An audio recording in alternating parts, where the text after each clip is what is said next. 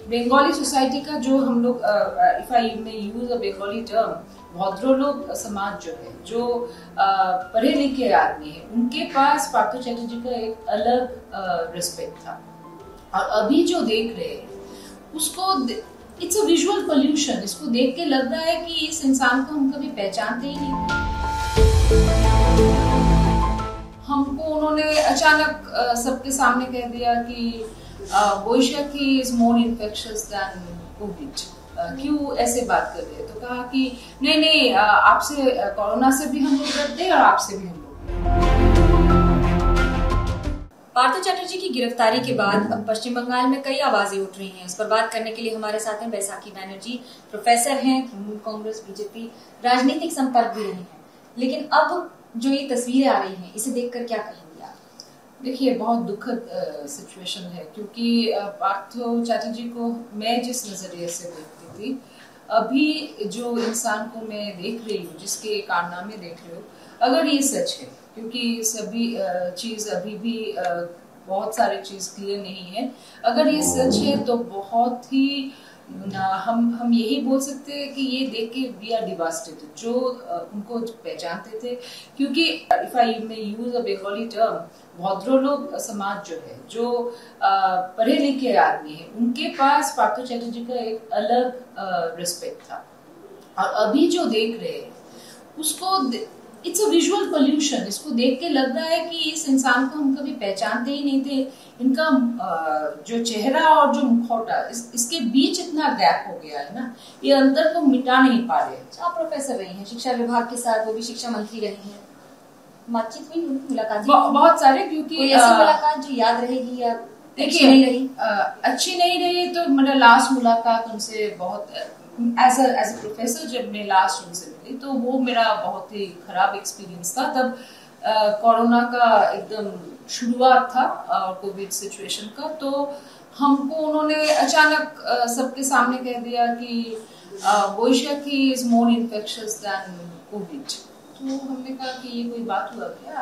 आप मुझको ऐसे क्यों ऐसे बात कर रहे हैं? तो कहा कि नहीं, आपसे कोरोना से भी हम लोग डरते हैं और आपसे भी हम लोग डरते हैं। तो मैंने कहा कि अगर ये मजाक है, बहुत घटिया मजाक है, क्योंकि कोविड की वजह से जान जा रहे हैं और मैं किसी का जान लिया नहीं, तो मुझको क्यों इतना जानलेवा कह रहे हैं आप? तो मैं ये हुआ कि मैं रोते रोते उनके डिपार्टमेंट से निकली थी उस दिन। उन्होंने मुझको एक मीटिंग में बुला के बहुत बेइज्जत किया था। तो वो मीटिंग में भूल जाना चाहती हूँ, क्योंकि उसके बाद मैं छोड़ दी, एजुकेशन सेक्टर ही छोड़ दी, क्योंकि उन्होंने जो डिसीजन लिया वो मेरे लिए टॉलरेट करना बहुत ही मुश्किल था। कि अचानक वन फाइन मॉर्निंग कोई भी वजह नहीं दिखा कि मुझे ट्रांसफर कर दिया गया। मेरा जॉब नॉन ट्रांसफरेबल था, फिर भी उन्होंने उनका ऑफिशियल एक पावर का एक्सेस यूज करके उन्होंने मुझे ट्रांसफर किया। तो वो मीटिंग बहुत बुरा था। मगर ये इसी के साथ मैं ये कह सकती हूँ कि एज ए टीचर मैं पहली बार जब उनसे मिली तो वो मेरे लिए बहुत यादगार रहा है, क्योंकि That changed my entire perception about politics. हमको लगा था कि पार्टी पॉलिटिक्स ऐसा चीज है जहाँ पे लोग सच्चाई के साथ नहीं रह पाते, मगर उनके पार्टी के ही एमपी हम लोगों के खिलाफ थे। हम 3 टीचर जब जाके उनको कहा कि देखिए हम लोग इतने खराब सिचुएशन में, हम लोग को बहुत तंग कर रहे हैं, हम लोगों का नौकरी अभी स्टेक में है, तो उन्होंने कहा कि पार्टी की जगह है और अभी मैं एज मिनिस्टर यही कह सकती हूँ कि आप लोगों को जस्टिस मिलेगा। और within 15 days he did justice to us. तो वो कभी मैं भूल ही नहीं सकती हूँ। मेरा ऑलमोस्ट एक नया जीवन के लिए वो रिस्पॉन्सिबल था। और आज जब देख रही हूँ, आज जब ये सब मेरे सामने आ रहा है, तो अंदर से टूट रही हूँ। ऐसी क्या बात है जो आपके साथ, क्या कुछ घटा है कभी, या फिर जिस तरह की घटनाएं आप देख रही हैं वो आपको कैसी लग रही है? नहीं, यही मैं बोलने की कोशिश कर रही हूँ। जिस पार्थो चैटर्जी को मैं जानती थी, वो हमसे जब बात करते थे तो इतना इज्जत था उनके अंदर। और एक चीज और था कि वो बार बार, जैसे आप जानते हैं कि तृणमूल का जो प्रोफेसर्स ऑर्गेनाइजेशन है उसका जनरल सेक्रेटरी बनी।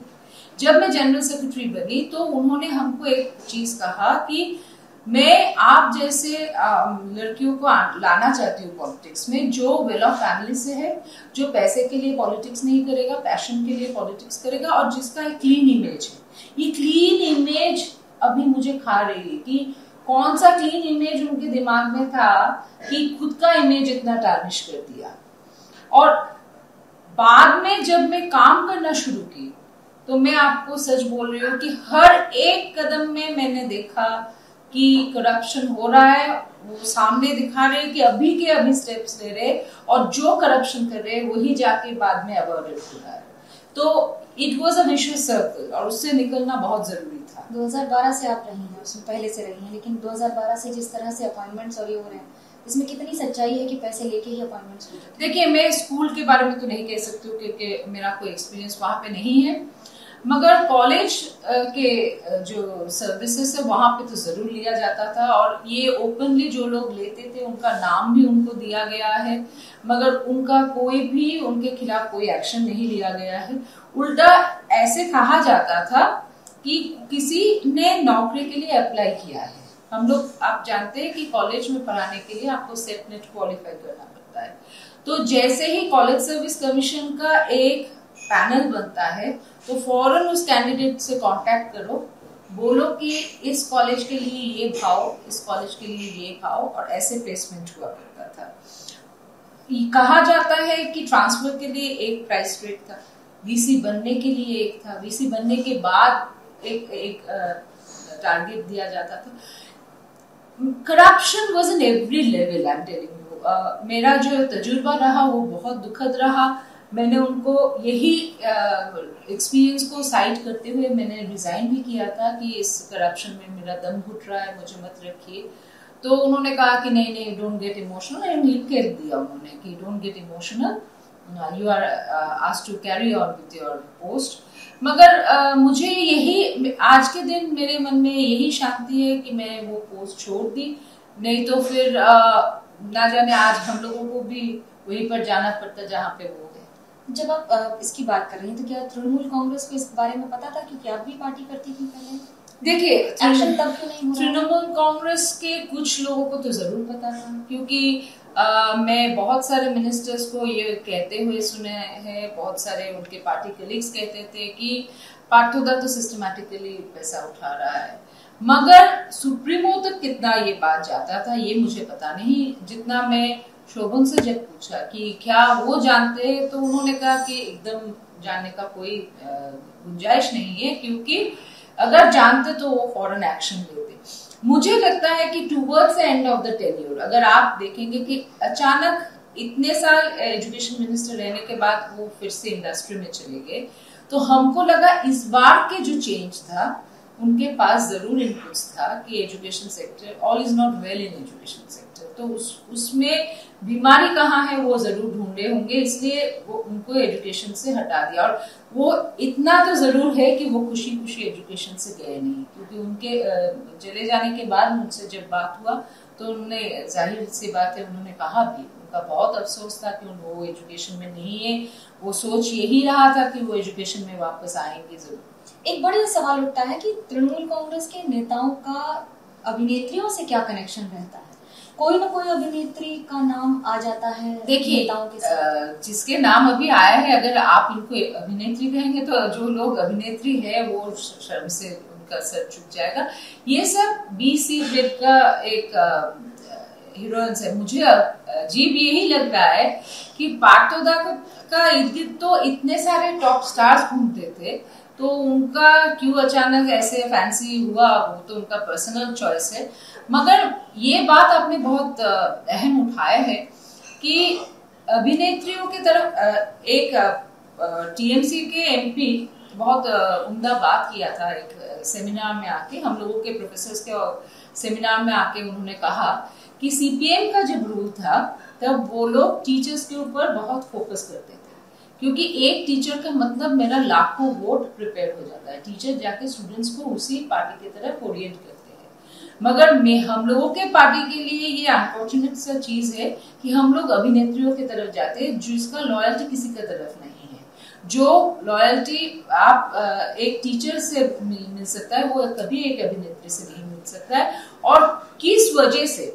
क्योंकि उनके जो अभिनय का जो, अगर आप देखेंगे साउथ का जो स्टार थ्योरी है, साउथ का star theory you can not apply in Bengal, क्योंकि बंगाल से जो लोग आधे से ज्यादा अभिनेत्री जो जिनको टिकट मिला है, ना तो वो एक सवाल पूछ सकते हैं, ना उनका कोई तजुर्बा है, उल्टा उनके नाम करप्शन के साथ जुड़ जाते हैं। तो ऐसे लोगों को लाके कितना पॉलिटिक्स का अच्छा हो रहा है और क्यों ये क्रेज है, क्योंकि हमको लगता, मैंने एक दिन शोभन को हंसते हुए कहा कि तुम्हारे दीदी खुद एक स्टार है, तो तुम लोग ये छोटे छोटे ट्विंकल ट्विंकल लिटिल स्टार्स के पीछे क्यों भागते हो। तो मुझे पता नहीं क्या क्रेज है, मगर है क्रेज जो यही एक्सप्लेन कर सकते हैं।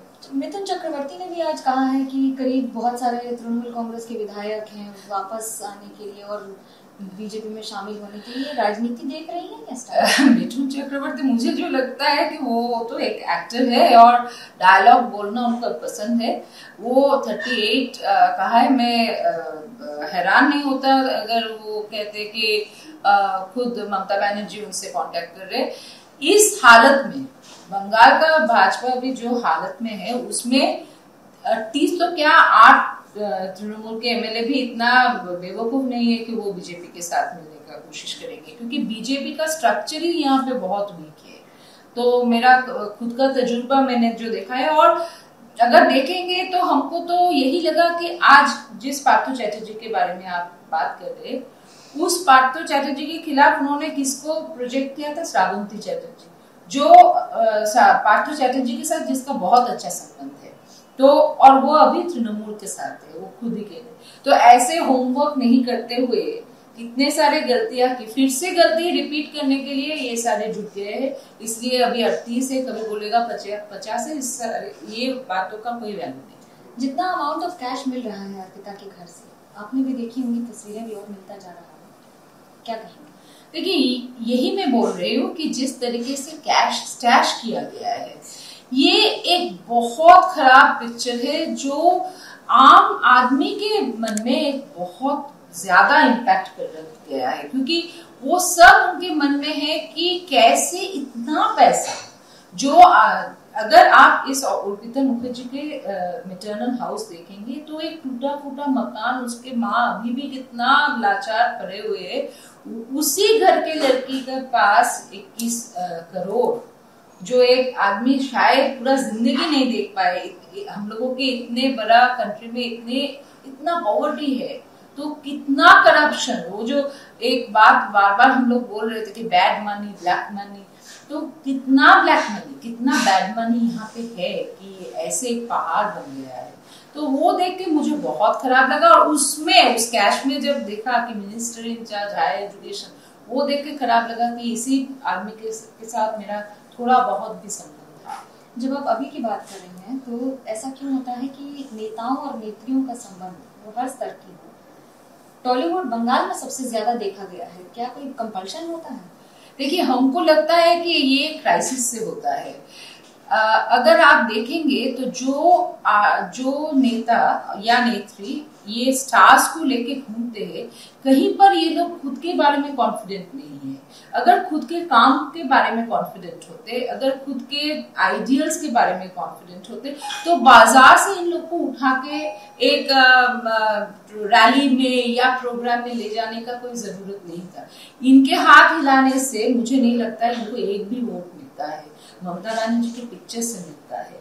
तो हमको तो लगता है कि ये जो बार बार टॉलीवुड की तरफ ये क्रेज है ना, हमको जब पहले इलेक्शन में बहुत सारे स्टार्स को ममता जी ने टिकट्स दिया, तब मेरे लिए एक इंटरेस्टिंग पॉइंट ये था कि शायद इन फाइटिंग अवॉइड करने के लिए कुछ स्टार्स को टिकट दे दिया, मगर ये स्टार्स कितने काम का हुआ, यही मेरे लिए है कि मैंने देखा कि एक बहुत हम लोगों के बहुत ही पुरानी अभिनेत्री थी, वो संसद भवन में जाके सो जाती थी।